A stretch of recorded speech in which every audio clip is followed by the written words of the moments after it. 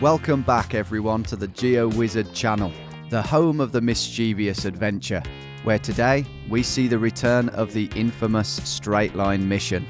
A relentless, often grueling form of expedition in which the subject has to walk, swim, kayak, sneak, slide, and negotiate their way from A to B in a scrupulously straight line, overcoming any obstacle that may get in his or her way. This is suicide. With 2 straight line mission attempts across Wales under my belt, clocking in at just over 50 miles and at least a couple of dozen hairy situations, I'm now fairly experienced at my trade. The only problem is, I haven't actually succeeded yet.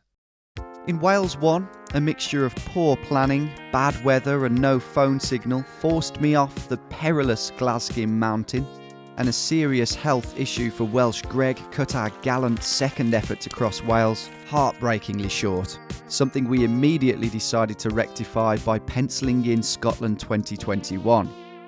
But I couldn't wait that long. After 2 failures, I was hungrier than ever to prove to the world and to myself that I can cross a country in a straight line.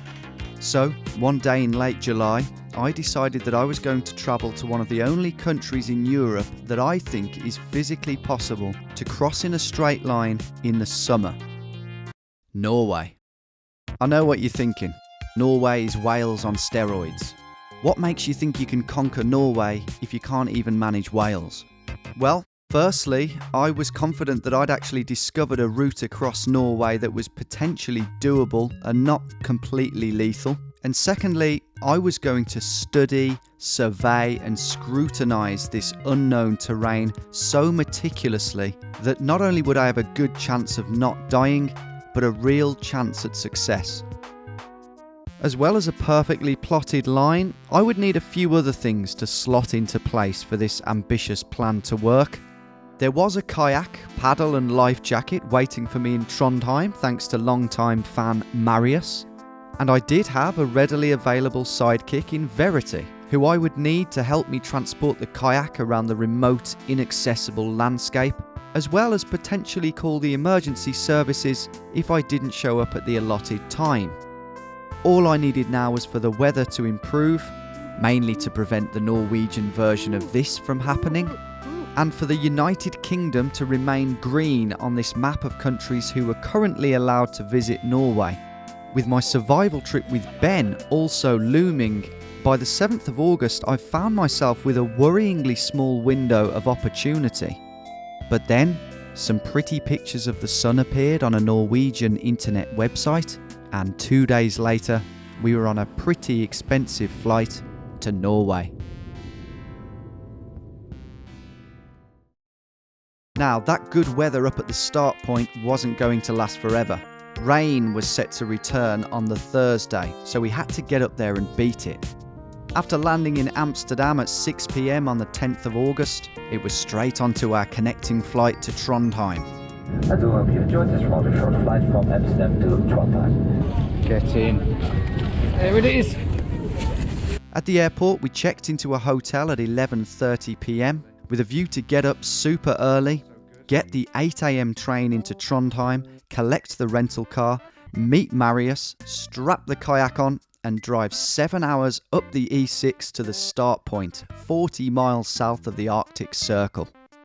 If we could get there by about 3 or 4 p.m. on the Tuesday, we could scout out the area, transport the kayak to the ideal position on the lake, and find a good spot to camp ready for the morning so that I could be well on my way before Thursday's rain came in. What could go wrong? Well, firstly, en route to Trondheim, I stepped off the train at the wrong station to see where we were, only for the train to swiftly pull away, leaving me stranded in nearby Liangen.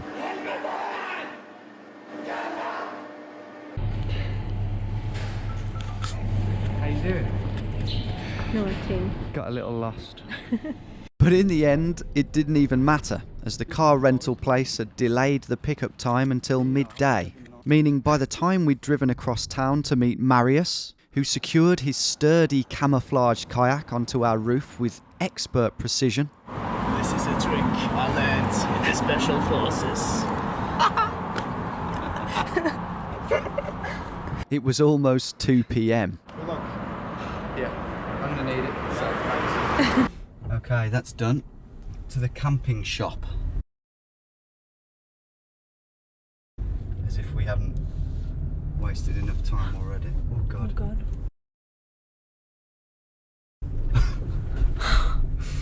So the 7-hour drive was underway, and it was going to be a long one for Verity. Stop.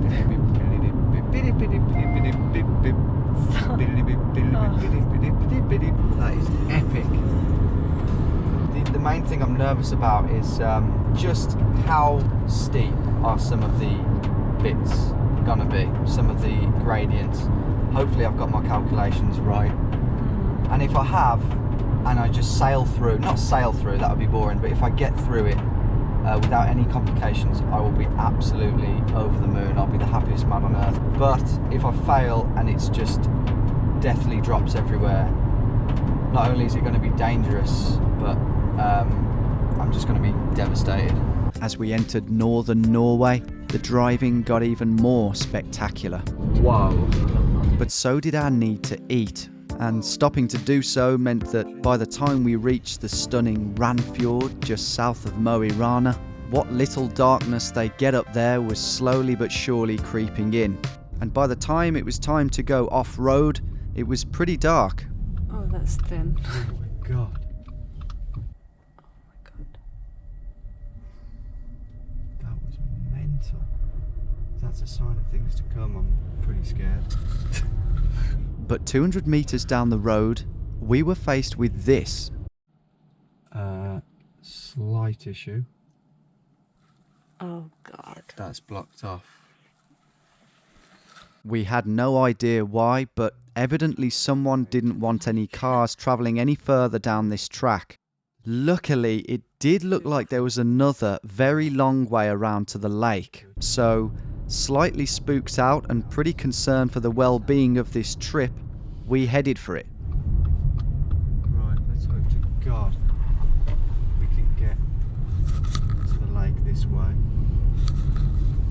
We would have to wait until the morning to find out whether there was actually a path that led from the small gravel car park we were aiming for, presumably used by the occasional resident of these remote cabins, down to the eastern part of the lake. Right now, we'd be glad just to make it to the car park. Okay, we've managed to find the road that leads to the reservoir, but it says private road, which is not good because it means we're not welcome here in some way or another. Over 2 miles of narrow, winding track later, we did reach the car park, only to discover that it was almost completely full of cars. This is really creepy. Slightly freaked out but in need of sleep, we pulled up under the now drizzling clouds, a bit deflated. How's that for a day's work? Not the best situation we're in now. It all seems pretty inaccessible and private around here. I don't know. Maybe it's just the fact that it's night that we're just stressing out, but we'll see how we are in the morning. Tomorrow's a new day. This is the low. Hopefully tomorrow the rain stops and we'll be somehow feeling high. See you there. In the morning, an information placard reassured us that there was indeed a path that led through the flat area of land between these two hills and straight down to the lake. So, pretty confident that there was no way plan A could fail, we packed up the gear, whisked the kayak down and prepared ourselves for a bit of a slog. Confident now that we weren't treading on anybody's toes by being here and that the weather hadn't taken a turn for the worst, I felt like I could actually relax and soak up this alien landscape despite the tennis elbow. Wonder if they're edible. You right back there, darling? Just about. Verity struggled, but frequent stops and a bit of dragging from me got us through. Right past these confusingly remote cabins and down to the lake shore. Or at least, where it used to be. Yep, that lake is bone dry. Well, this part of it is anyway. I don't know what problems that's going to pose. Maybe I can just walk across that bit? Nah, there'll be some water, won't there? Yeah. But the question is, how easy will it be to get in and out of the kayak if it's marshy? Only one way to find out. On a closer inspection, there was an actual body of water further south in the lake bed. But whether I'd be crossing it on my way down from my start point on the mountainside was unclear. I was more concerned with how this massive drop in the water level might affect proceedings a bit further round the corner. Oh God, yeah, no. The answer was quite drastically. Pretty much this whole first stretch of water was now land. But more detrimentally, this steep peninsula here, which Verity was originally going to meet me at and paddle around whilst I climbed over, was now surrounded by land. A quick scout out confirmed that this whole eastern section of the lake was now entirely cut off from the main part, making that plan impossible. Instead, we would have to lug the kayak over the peninsula and all the newly formed land that surrounded it, which no doubt was going to be very difficult and very time-consuming.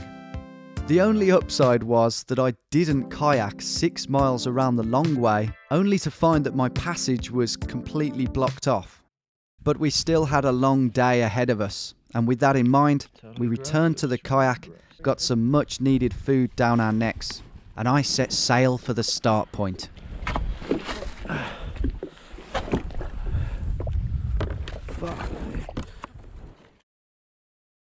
How we doing, everyone? Hope we've been keeping well. Look at this. That is Norway. Isn't it stunning? And that is Sweden. In fact, I'm currently standing on Swedish ground. Over here is the border somewhere. Right here. Right on top of these rather lethal looking mushrooms, which hopefully isn't a bad omen.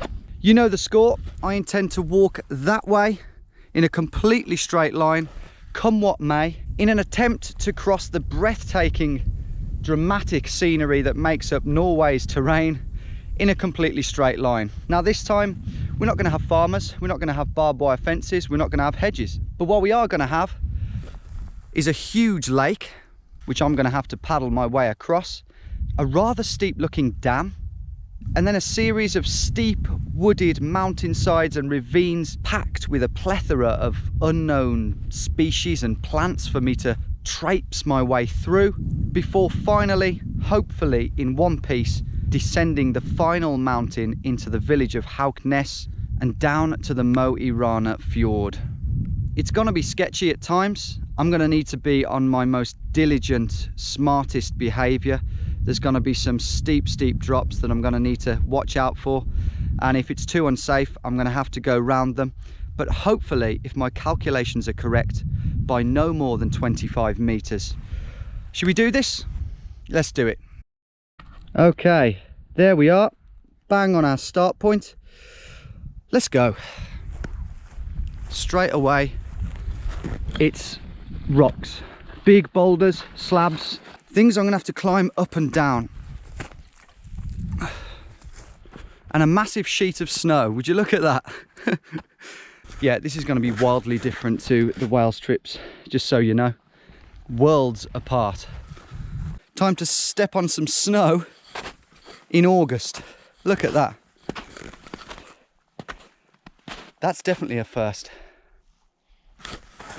On we go, up the next little hillside, and up here we should have spectacular views of the line ahead.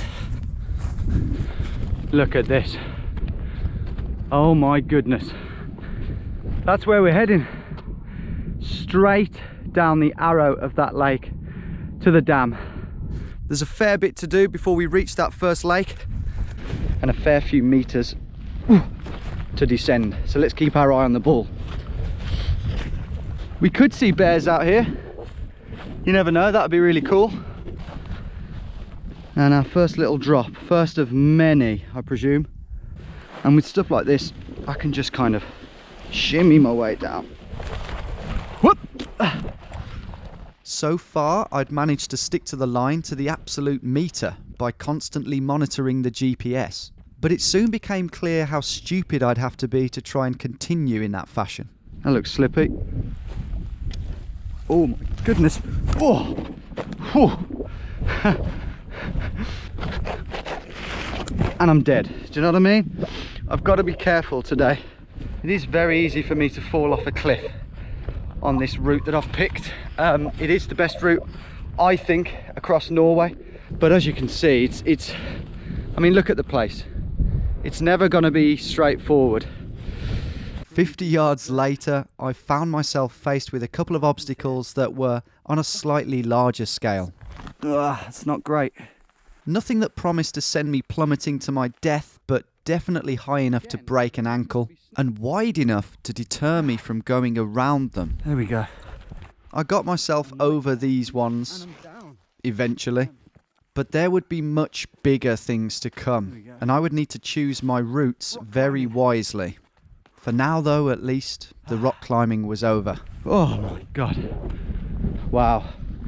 Bit of forest to do, and then it's over that swampy, semi-dried out lake bed, which I can tell you from the journey up here is going to be good fun.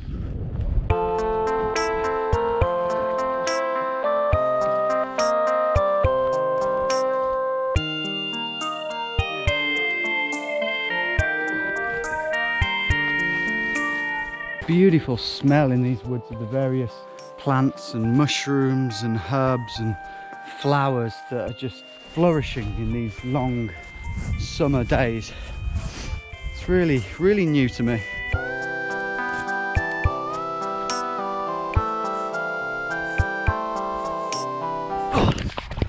Right, now I can tell you from the journey up here that this is boggy. It's kind of worryingly deep at times. Oh shit. Oh no. That's not good. Oh, fuck, I'm stuck. It's pulling me in. That is dodgy. Anyway, that might be the muddiest bit, but it's not the wettest. You'll see what I mean in a sec. I went round it before, but there's no avoiding it this time. Here it is. The eagle-eyed among you may have seen it from up there, snaking its way through this boggy, sedimenty ground. Oh man, there's no, yeah. There's the mud. Shit. There's the mud, old boy. My goodness, new shoes as well. Hey, I've got some new shoes on and I've ruined them straight away. Okay, how do we do this, man? How do we do this? Okay, I'm just gonna chuck my bag over, I think, and just go for it. Can I chuck my bag that far? Let's hope so.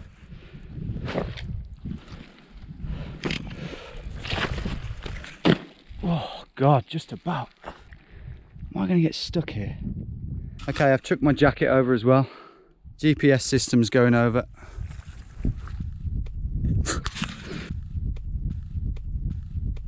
Can I really do this? I honestly don't know if I can. I might get stuck. Look at that, I'm stuck. Am I stuck? Okay, this is going over. Okay, that one's out. This is so deep, man. I don't know, I've always had this worry about sinking so deep that you just, you know, it swallows you up. I guess it's from stories of quicksand. I mean, this is deep. Shit. Okay, it's actually a hard edge. It's just the uncertainty. Well, there you go. It was up to my pecker. Already we've had some right old palavers. Come on. With my clothes back on and the GPS rescued, it was a quick run over this much firmer area of the lake bed. Nothing! and down to the shore. But was the kayak still there? Of course it is, you twat. Feet already soaking wet, I pushed the boat out to where the water was more than 6 inches deep There we go, that'll do. and clambered in. I wonder if I'm better off just having it there. That is probably better, isn't it? Yeah. Right, off we go then. Back to Verity and on to the next section. There we go, I think we're away. We're floating. We're floating. Just about though. This miniature lake, later dubbed the Great Puddle, was so shallow that I easily could have walked across it, the water reaching no higher than my knees. Fuck. Nearly went in then. I honestly think if I fell in this puddle of a lake, it's more dangerous me banging my head than drowning. It's honestly, I could have walked over the thing. On the bright side, the baby pool was a good place for me to get to grips with this much wider sit-on-top kayak and perfect my technique, because later on, I'd need it.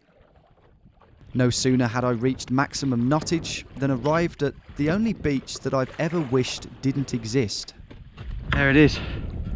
First section done. The Great Puddle.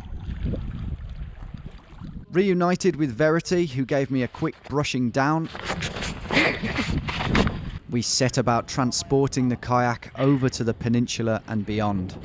On the sand or mud, I could drag the kayak without damaging it. Over the rocks though, Oh God. we would have to carry the 30-kilogram kayak, and in doing so we ran the risk of tripping or slipping and damaging not only the kayak but ourselves. Shit. I nearly fell. Turns out this beach is owned by a rather hefty dog who threatened to chase me off my line. Hey! Hey! Should I help you over this bit?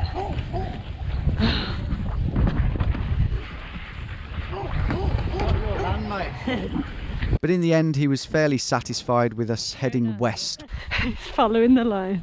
where the beach gave way to this even smaller pool. This time too shallow to drown a small field mouse, let alone kayak across. Oh. Veering off to the right a bit, need to go left. Verity walked around and got lost, before rejoining me to help get the kayak over these last rocks and over this small canyon. Don't walk across it, it might snap. Oh, cheers. Now what? Yeah, let go. Nice. Go on. Yay. Yay. Okay, so coming up, the aforementioned chunk of land that we've got to get this over, and it's not land like this, it's got trees, it's got little drops and boulders and cliffs. How we're going to do it is, I'm going to be keeping to the line of course, and I'm going to be dragging the kayak when I can, but when I can't, when it's a drop, Verity's going to drag it round, aren't you? That's how we're going to do it. There are houses up here. We're going very close to these summer houses, so maybe someone will say hello. Who knows? Okay. You just get this on here. I should be able to drag it. As predicted, it was hard, Okay. immediately. This is mad. I know. Straight line missioning through Norway. Soon though, we were out of the Nordic jungle and up onto much flatter, roomier ground where straight away our plan could be put to the test. See, I need to go over this cliff now, Right. and you need to drag around, I think. Okay, yeah. The line is going over there. So I need to drag So it just round go to the right. round, yeah. Okay. See you around there.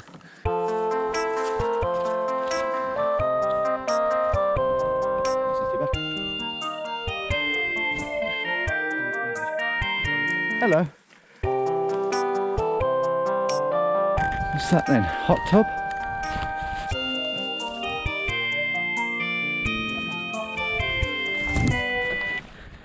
100 yards to go on the peninsula, and it seemed that the line wanted to take me right past one of the summer houses. Technically I wasn't trespassing, but I think it's safe to say that anyone peering out the window picturing themselves in the wilderness well and truly had their moment ruined. It was hard to care at the time though, because up next was a fairly sharp final descent down to what looked like another endless stretch of lake bed. To reach it safely, Verity would have to lug the kayak down into this little gorge while I clambered down the rocks. Oh yeah. The plan had worked. Nice one. We could now properly wince at the gigantic boulder field that lay ahead of us. Wow, look at this.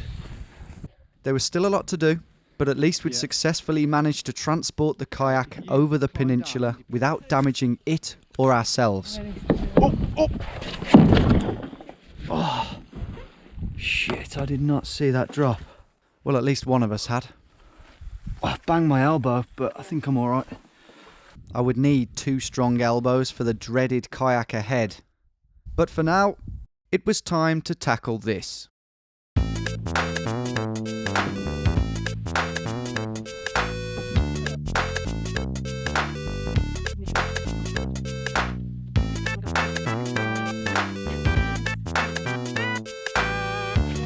Oh no! Wonder how many straight line missions will consist of this. Dragging a kayak Through mud. Looks like I'm going to have to kayak over that island bit in the middle.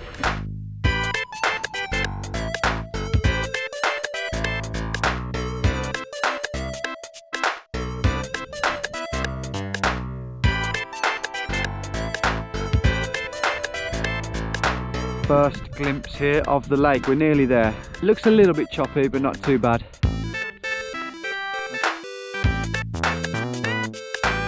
With Verity dragging the kayak around this last cluster of rocks, it felt like we were finally putting this alien planet-like landscape behind us. This has been a bizarre day. A bizarre day so far. A real adventure. Who would have thought a lake this big could dry up? But we're here, we're at the edge of where the lake actually starts. On the plus side, less of it for me to kayak. And there it was, the actual reservoir. A relieving sight in one way, as it marked the end of the mission across Mars, but in other ways a dreaded sight. An endless horizon of oncoming waves. Above them, a relentless rain-spattered headwind which sent Vernwy-esque pangs of angst coursing through my veins. I'm not looking forward to this. Despite the receded shoreline, I still had well over 5 miles to paddle, at points almost a mile from the nearest shoreline. But it would be no picnic for Verity either. She'd have to navigate her way back across Jupiter and all the way back to the car before driving 9 miles round to the dam at the far end of the reservoir, if the road wasn't blocked off. Overall though, not only was I satisfied with how close I'd kept to the line thus far, but I was satisfied that what we both had to do next was doable and fairly hazard-free. However, this is me we're talking about here, and sure enough, I'd failed to check one crucial thing. Marius's bolt. A vital chunk of metal used to plug a 7mm hole in the back of the kayak. Make sure you screw this in, he warned us before we set off. I forgot once and the inside of the boat slowly filled up with water and I almost sank. That'll all be gone when we get back. Was I destined for a similar situation? Tune into part 2 to find out.